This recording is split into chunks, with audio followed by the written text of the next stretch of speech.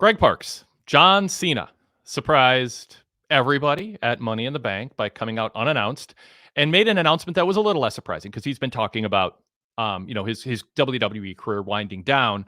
But we got an outline of some of how this is going to play out. And he said that the year 2020, he wants to be part of the Netflix era. And the year 2025 will feature his last Royal Rumble, his last Elimination Chamber, his last WrestleMania. This is his exact quote.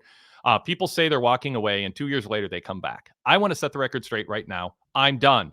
This is it. If you ever wanted to be part of this one last time, we're going to do it as big as we can, and we're fighting everybody. And we hope you come enjoy the fun. Of course, he's got to incorporate the word fun into his retirement announcement. I still think back to when he asked everybody live on Raw, I hope you're all having fun. I hope we're entertaining you. And I'm like, your goal is to win matches. Entertainment is a side effect of us tuning in to see wrestlers win matches. It shouldn't come across as like a vaudeville variety show where it's all about entertainment. But that's an old gripe with him, and a sign of the times in that era that he was in with Vince McMahon. So let's say that he wins Royal Rumble. Let's just play that scenario out as part of this 12-minute hot take here. If he wins, where do you see the lay of the land for a logical match or two or three that he could have at a WrestleMania or some good opponents? Well, I think, if he wins the Royal Rumble, I think that either way, even if he doesn't win the Rumble and finds himself in a title match at WrestleMania, I think it's got to be the title that's on Raw. And you mentioned Cena wanting to be a part of the Netflix era. That's Monday Night Raw. The Cody Rhodes, Roman Reigns, Rock stuff, that's complicated enough. That's going to take up enough of the hype for WrestleMania. I don't think it needs John Cena to be involved in that. Mhm. So, we're talking Yep. Raw in that title. So you look at the top stars on Raw. Who are they? You got Seth Rollins. You've got potentially Gunther if he wins the title Yep. um, at SummerSlam. You've got CM Punk. You've got Drew McIntyre. So those are the top four that immediately come to Those are mind. the top four. I, Yeah. I realize I'm leaving out the current champion, Damian Priest. It won't be Anyone? him. Yeah, right. No slight on Priest, but I think it's a non-zero chance that he ends up as champion come that time, but it's pretty close to zero, I think. He's very sad that So you're saying that, Greg. But yes, it's I also true. understand, and Yeah. I know he's a big fan of mine, and he'll be disappointed by me saying that. But Yeah. so I think the history with Punk and Cena is very interesting. Um, I think having Cena go against a guy like Gunther would be super interesting. And, Rollins would be kind of cool. McIntyre and Cena, I think of the promos just based on what McIntyre has been doing lately in terms of the work he's been putting in on the mic. I think that could be really very biting on McIntyre's behalf toward John Cena. So I don't think there's necessarily a bad opponent in that bunch. It's just varying degrees of interesting.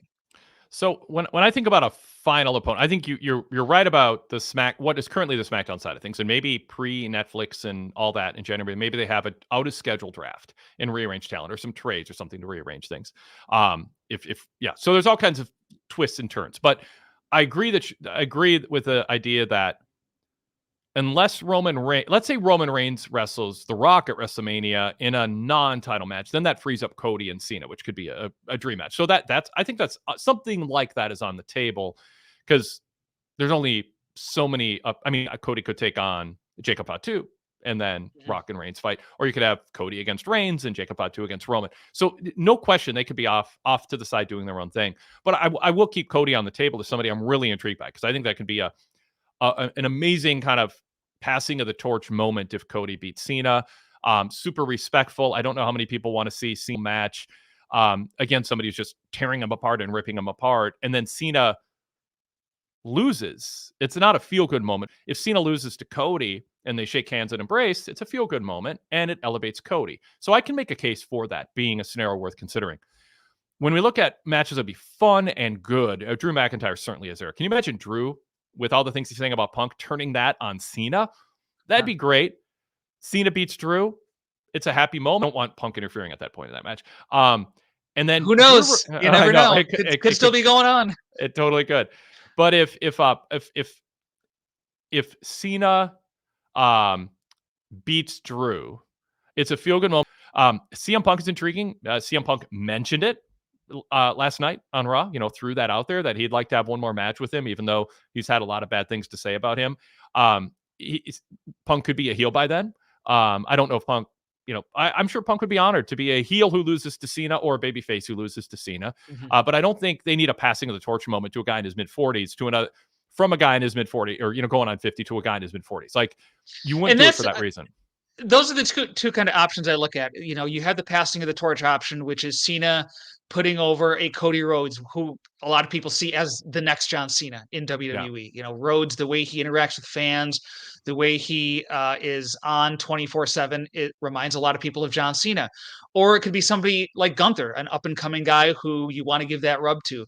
That's one option. Or do you do someone from Cena's past, CM Punk? Yep. A big part of John Cena's past in WWE in terms of opponent. Randy Orton is over on SmackDown. Probably wouldn't be for the title, but again, a big part of John Cena's past. So Absolutely. do you recreate something like that at WrestleMania? So those are the two big options I see. Do you want someone who has played a part in John Cena's career for one last ride, or is it John Cena looking to give back and looking to give his stamp of approval on someone before he goes out? How do you feel about Cena versus Rock again? Babyface Cena, heel Rock. Cena beats Rock. They call it the biggest match in WrestleMania history. I've seen it. I'm good. I feel just because big part of it too is because if you're going to use one of the Rock's few matches that he has left, it's got to be something bloodline related before it can get to anything like that in my mind. Yep. So to me, my leaning as we talk about this is Gunther beating him. I think that's I mean, I sit here and talk about how they're going to want to feel good moment, and I'm not like it's not the only. Every idea has a pro and a con to it. Randy might feel like two old guys having a retirement tour match or something, on the retirement tour. It's just like, that match was so played out. Drew, do you really want him losing to Cena? But that's high on my list too. But Drew's already made. Gunther's the guy. If he gets that spotlight, he's the last opponent, and he beats Cena. I don't think Cena, from an ego standpoint, would mind going out on a shield, so to speak, elevating somebody like Gunther if they really believe in Gunther. So, I mean, I'm not even at more than 50% with any of the options, but having Cena actually give a boost to Gunther and that type of spotlight, I think right now does more good and intrigues me. And part of it is selfish. I just want a kind of a fresh match for him against somebody that he hasn't. It's just not a redo of something we've seen before. And I want to ask you this: Solo Sikoa beat John Cena, dominated him. Yep. Do you think that was a big boost to Solo Sikoa? It didn't hurt. But I don't think the follow-up was there. But I think it's part of Solo's resume that has helped him seem like a top-tier star, that he had that spot. I think it's there in the background. I just worry about, Gunther beats John Cena and the same thing happens. Now, this different context, certainly, but we did just see John Cena lose to Solo Sikoa, so I think it would lose a little bit of its luster to have Gunther beat him. I don't think it would mean as much as if he hadn't lost to Solo Sikoa previously in such a dominating fashion that you would maybe expect Gunther to beat him that way. One more thing to put out there. Yeah. John Cena and Ric Flair are tied in WWE's telling of the story with 16 title reigns. Yeah.